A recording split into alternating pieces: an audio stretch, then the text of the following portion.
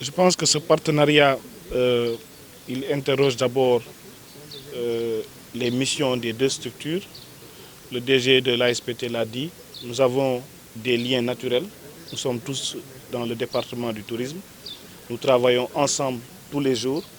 Mais il était important d'avoir un cadre formel qui fixe des objectifs en termes de renforcement de la destination, la promotion de la destination, mais aussi qu'on puisse de part et d'autre voir quels sont les outils que nous pouvons mettre en commun pour la promotion du tourisme sénégalais.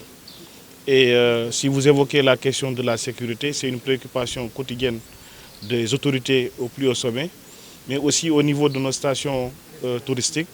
Nous avons des cellules dédiées à la sécurité. Nous avons aussi un commissariat spécial chargé du tourisme. Et au-delà, je pense que nous, de plus en plus, dans le plan stratégique du ministère du Tourisme et des Transports aériens, nous évoquons les questions liées à la sûreté, qui va au-delà de la sécurité. Et je pense que ce partenariat, pour revenir un peu sur l'essentiel de ce partenariat, c'est qu'il y a quand même aujourd'hui de bonnes pratiques, en tout cas en termes d'outils de communication, en termes de promotion et en termes de connaissance du marché touristique que l'ASPT a capitalisé. Nous, au niveau de la SAPCO, notre cœur de métier, c'est l'aménagement. Donc, que l'État identifie des sites qui ont un intérêt touristique, il appartient à la SAPCO d'engager les travaux d'aménagement. Mais pour qu'on puisse préparer des produits touristiques, il faut qu'on puisse, avec le dialogue de l'ASPT, positionner nos produits pour dire que voilà, dans telle zone, nous pensons que vous pouvez développer tel type de produit parce que le marché le demande. Voilà les comportements des clients, voilà le comportement en termes de géopolitique du tourisme.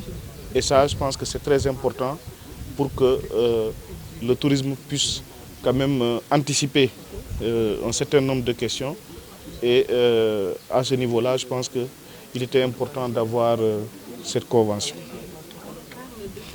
Le tourisme sénégalais est un tourisme résilient parce que, comme vous le savez, malgré les crises successives que nous avons notées, qui sont dues parfois à des facteurs exogènes, ce n'est pas dans l'intérieur du secteur, mais vous l'avez tous remarqué avec la pandémie Covid-19, on se rend compte que l'industrie touristique subit très souvent des attaques, en tout cas des facteurs exogènes. C'est souvent des crises sanitaires. Nous avions la crise Ebola. Nous avions aussi la période qui était marquée par le terrorisme international. Et aujourd'hui, on a la pandémie Covid-19.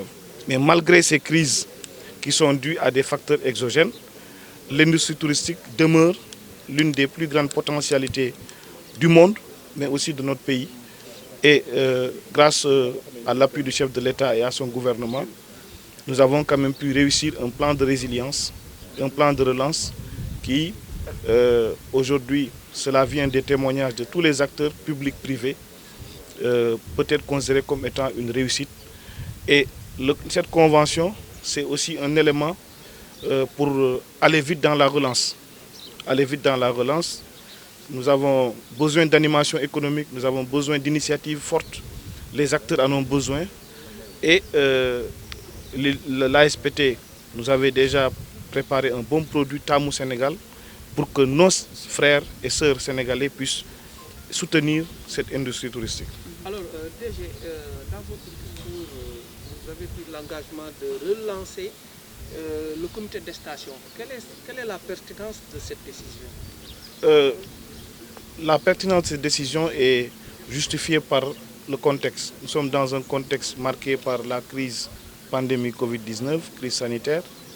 Nous sommes dans un contexte où, pendant presque un an, les acteurs n'ont pas réellement travaillé. Il faut aujourd'hui unir nos forces, rester soudés, mobilisés, oublier quelque part les quelques divergences ou petites querelles et revenir un peu sur l'essentiel. L'essentiel, c'est que l'industrie touristique, c'est notre industrie à nous tous. Nous devons nous mobiliser autour du comité de station. Et comme je l'ai dit, j'engage toutes mes équipes à un plan de relance du comité de station. Et j'ai eu l'accord et le soutien de tous les acteurs, le secrétaire général du comité de station qui représente quelque part les acteurs hôteliers, le président du syndicat d'initiative de la région de Thiès, représentant aussi le syndicat patronal, et le compact qui est dans la chaîne de valeur tourisme. Ensemble, nous allons nous mettre dans ce comité de station qui va être adapté aux exigences de l'heure et pour que l'animation qui est attendue dans la station de Saly soit une animation qui puisse impacter rapidement les activités économiques des acteurs.